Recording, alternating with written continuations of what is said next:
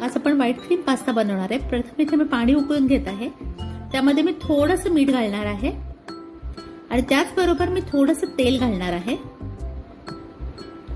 आता थोडंसं मी तेल घालून घेतलेलं आहे आणि त्यात आपण जो पास्ता आणतो रेडीमेड तो घालणार आहे। तुम्ही पाहू शकता मी ते पास्ता घालत आहे त्याच्यामध्ये, म्हणजे आपण पास्ता उकळून घेणार आहे 5 ते 7 मिनिटं।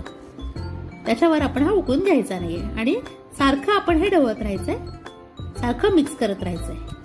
त्याच्याने पास्ता आपला मोकळा होणार आहे। इथे पास्ता शिजून झालेला आहे। त्याचबरोबर मी कढईत 2 चमचे बटर घेतलेलं आहे। बटर थोडंसं मेल्ट झालं की त्यामध्ये मी चिरलेला लसूण घालणार आहे। थोडंसं फ्राय करून घेणार आहे लसूण। त्यानंतर मी त्याच्यात चिरलेला कांदा घालते आहे। उभा चिरलेला कांदा घेतला आहे तो घालते आहे मी। चांगला परतून घेणार आहे मी कांदा। आपल्याला खूप कांदा फ्राय नाही करायचा आहे। त्याचबरोबर मी चिरलेली इथे ढोबळी मिरची घेतली आहे, ती पण घालून मी हे सगळं व्यवस्थित मिक्स करून घेते आहे। त्याचबरोबर मी इथे थोडेसे चिली फ्लेक्स घालते आहे।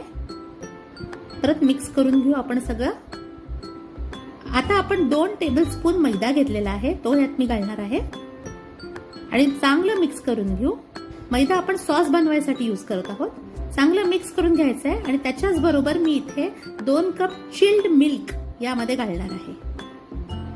ओके, तर 2 कप चिल्ड मिल्क घालायचं आहे आणि सगळं व्यवस्थित आपल्याला फेटून घ्यायचं आहे। मैद्याची लम्स होता कामा नये, म्हणजे आपला क्रीमी सॉस होतो, एकदम छान होईल आपला व्हाईट सॉस। तर या प्रकारे तुम्ही बघू शकताय मी व्यवस्थित सगळं मिक्स करून घेते आहे। त्याचबरोबर मी इथे काळी मिरी पावडर घालते आहे थोडी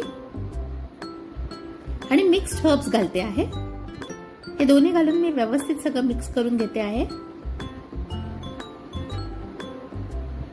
आता या स्टेजला मी इथे थोडंसं मीठ घालणार आहे चवीनुसार। तुम्ही बघू शकता व्हाईट सॉस एकदम क्रीमी झालेला आहे आपला।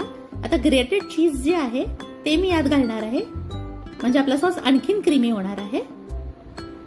तर 2 क्यूब मी घेतले चीजचे, ते ग्रेट करून घेते आहे आणि यात मी हे मिक्स करून सगळं व्यवस्थित ढवळून घेणार आहे, सगळं मिक्स करून घेणार आहे। त्यानंतर जो बॉइल्ड पास्ता आहे आपला, तो मी चाळणीत काढून घेतला होता, तो मी यात घालणार आहे आणि हे सगळं व्यवस्थित मिक्स करून आपण 3 ते 4 मिनिटं फक्त हे शिजवायचं आहे, जास्त नाही, कारण ऑलरेडी आपला पास्ता जो आहे तो बॉईल केलेला आहे आपण। बघू शकता तुम्ही एकदम क्रीमी असा झालेला आहे आपला पास्ता।